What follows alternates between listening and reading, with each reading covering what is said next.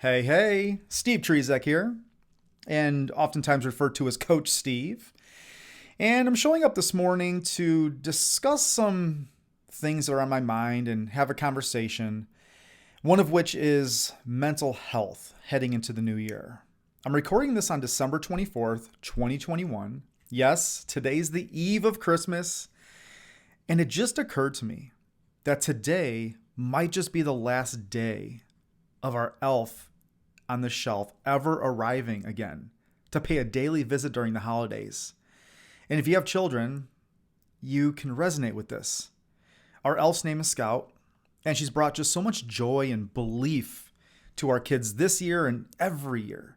I mean, our kids are 8 and 10 years young after all, and I feel this was a great run. If in fact this is the end, like this is the last year, the completion of a chapter. So as I share my thoughts on mental health here, I pay tribute, homage to Scout. Oh, I got to mention her sidekick reindeer, Snowflake, for all the happiness that they have delivered, and of course the mischief that they've brought to our family. But let's talk about why I'm really showing up here today. And I have a lot on my mind, but primarily it's going to be about mental health. Our mental health heading into 2022 is critical, in my opinion. It's massively important. It's going to be the difference in whether you have a great year, one worth repeating, or you have a year that's a constant struggle, or at least it feels like a constant struggle. There's so much that we can't control. There's going to be things that happen next year that just we won't be able to control.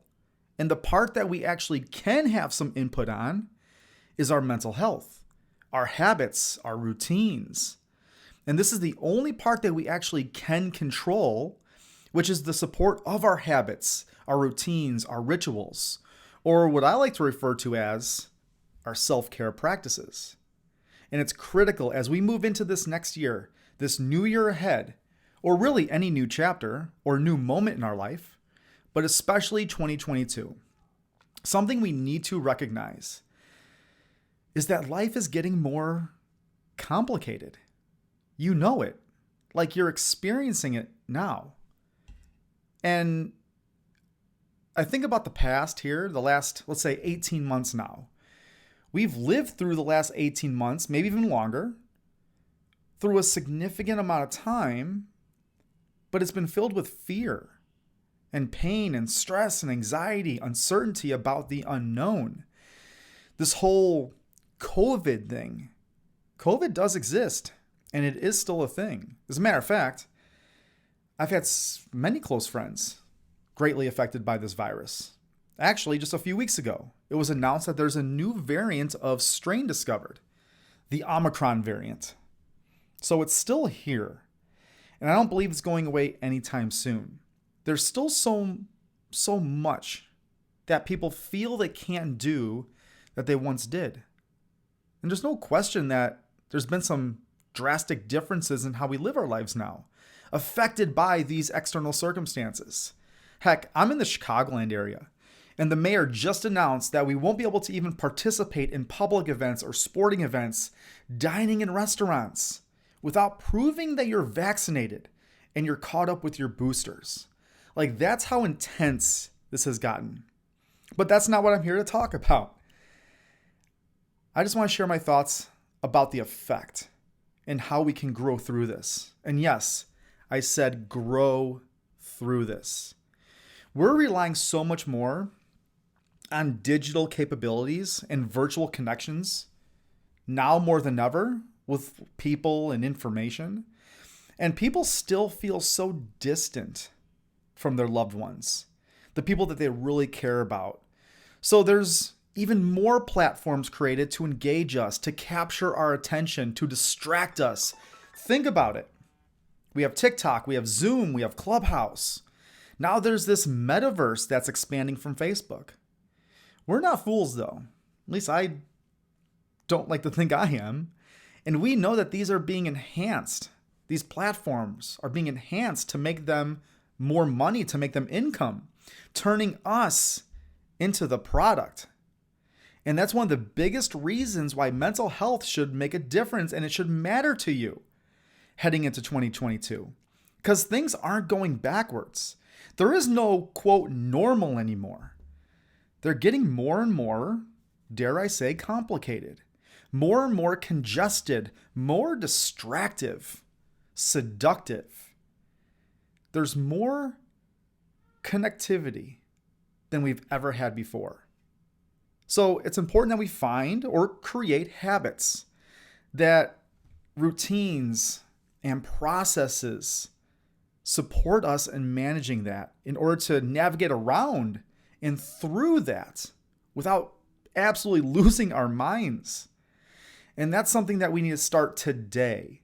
Whatever that might look like for you, it could be training your body. It could be meditating. It could be journaling. It could be training your mind. It could be any form of making time for yourself. It could be prioritizing your nutrition. It could be therapy, whatever it is for you. It needs to start today. It needs to start now so that you can prepare for the complexity and the potential challenging world that we're moving into or we're already in. So here's really where I take away from this thought is while things aren't necessarily getting harder, I know it feels like it most of the time, but things aren't getting harder. There's just more things and a lot more things. And the average person has far more on their mind than they ever did. They think about a generation ago, a decade ago, heck, just before COVID. There's absolute, and I've been saying this word, it's just coming to my mind, complexity to live in today's world. To wake up every day and choose to be a great person. To wake up every day and decide to do better than yesterday.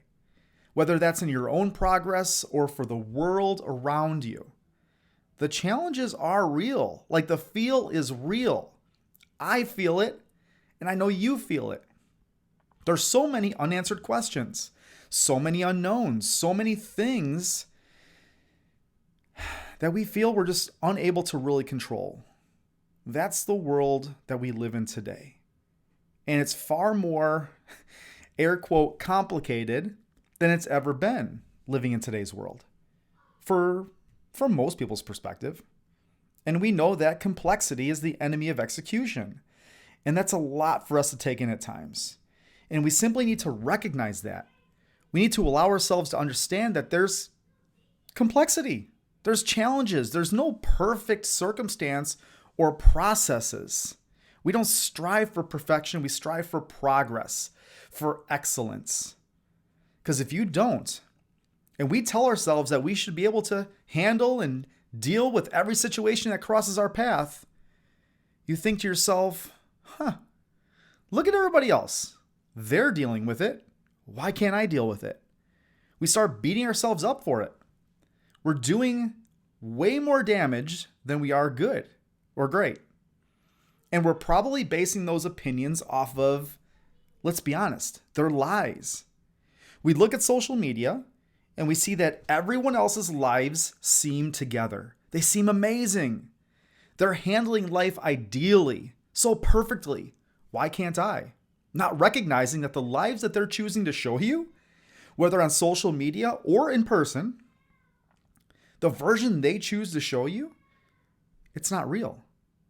It's often them showing up with their best representation or presentation of themselves that they're choosing to showcase. It's not who they really are. It's not reflective of their worries, their stresses, their concerns that they carry on with them day to day on a regular basis. You can't see those things. We just see the roses, the highlights, the highlight reel, that in which they only want us to see. Then we tell ourselves, oh, I'm just weak. I suck. I don't have what it takes. Who am I to think that I can get healthy and be fit and have that kind of relationship? Or whatever it is, fill in the blank. Making progress in your life? Being better today than you were yesterday? Doing something different? Trying something new? Living a life that feels more fulfilled? Feels like it's more on purpose? Making it your choice versus reacting to everybody else? first requires you to progress in your mind. It first requires you to know and learn who you are, both the good and the bad. To acknowledge those things, to recognize where you are in the world, to know why you're here, and to know what you can accomplish moving forward. Your past does not equal your future. So learn new skills. Learn skills so that you can become the person you know you desire to be. To learn new capabilities for managing that inner person that maybe you've just shoved under the bed sometimes because you don't want to deal with them or acknowledge them. But they're still there. They're still waiting for the moment to come out. You know what I'm talking about. All the things that you're still carrying with you, all the weight that you've been carrying with you as you experience this life, all the things that are piling on top that are being added to your shoulders as you walk and attempt to progress and make change. They're all still there, even if you choose to ignore them. And you better believe that they're going to show up in your life every day, in your actions, in your choices, in the things that you end up doing or not doing. That weight is still there. That weight is influencing you. If you want to be more productive, a top performer, a healthier version of yourself, it's going to be challenging to do that when you're carrying all that weight. And the way that you're going to get rid of that weight is to first focus on your mental health and letting go of that in which is not serving you. Detaching from the classified failures, the letdowns, the setbacks, all the things that you've considered, quote, losses previously in this last year. Maybe it was this last week. Maybe it was this morning. What would it do for you to just complete that and own it? Take those setbacks, take those disappointments, take those stresses, take the mistakes, take all of it and become present with it and extract those lessons from those quote unquote losses.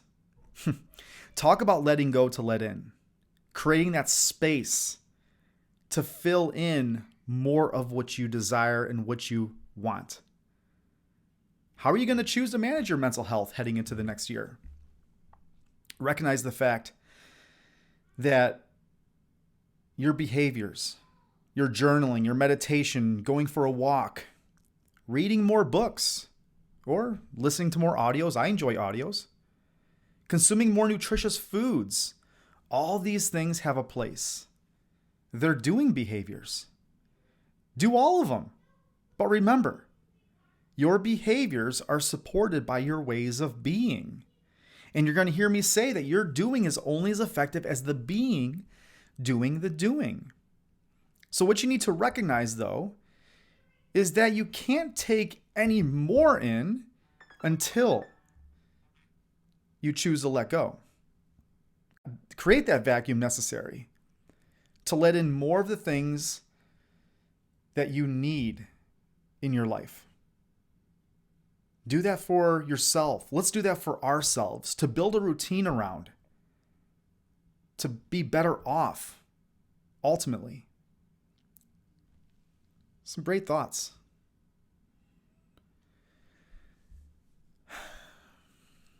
Bottom line is, to let in more, you must first let go. Now, if you want to learn how to let go, because I'm sure that's the question, right? Like, well, how do I let go? How do I let go so that I can accomplish more in my goals or in my health or in my wellness? Well, honestly, if you haven't sort of figured this out by now, your current goal setting strategy is keeping you trapped. And part of it is because you're not choosing to let go. And it's not your fault. You just haven't learned how to do it. And I've provided a training in how to let go, complete all of that which is weighing you down so that you can actually be more efficient in your goal setting for next year, 2022, 2023, and so on. Creating real momentum. Because the fact is, Christmas Eve. 2021 is ending. And for some of you, it was a fine year. For others, it was a great year. But I would assume that for the majority, it was not. It was not a year worth repeating. And if you want to go through 2022 with nothing changing, then you know what? You're free to do that. But I'm going to choose to prioritize my mental health and my emotional health, my physical health.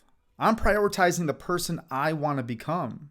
And for me, I just know that requires me to prioritize my physical awareness, my mental awareness, prioritizing my walks daily as a promise keeper, honoring the things I tell myself I'm going to do, honor the commitments that I make to myself, prioritize the amount of rest I receive, prioritize the days off, prioritize eating well, reading the books, prioritize the fact that nothing in life has any meaning other than the meaning that I give it.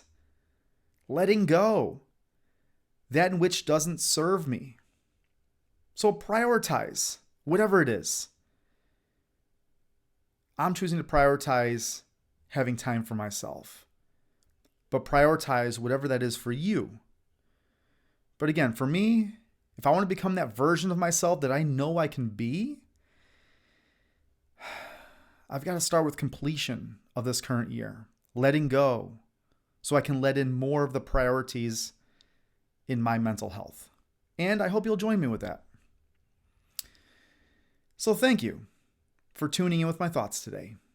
On this, we'll call it an episode. And I'd love to hear your thoughts. What was your biggest takeaway here? What did you find to be valuable? What was interesting to you? Do you agree or disagree? Either way, it doesn't matter. No one can disagree on the fact that we have a huge challenge with staying focused and productive when there's so many distractions out there. And when you choose to complete this year, clear the canvas, empty the rocks out of the backpack, and you'll soon understand that metaphor in the training if you choose to learn from it. You can take back your power in a noisy world. I could stay here and talk probably all day, talk much longer. But I have a family that's waiting for me and I'm choosing to celebrate Christmas with. As my late great friend Steen Machine said, impacting me with these words: you have the power to change to make the rest of your life the best of your life. Merry Christmas and healthy holidays. And Scout, I hope you're back next year, buddy. I'm out. Let's go.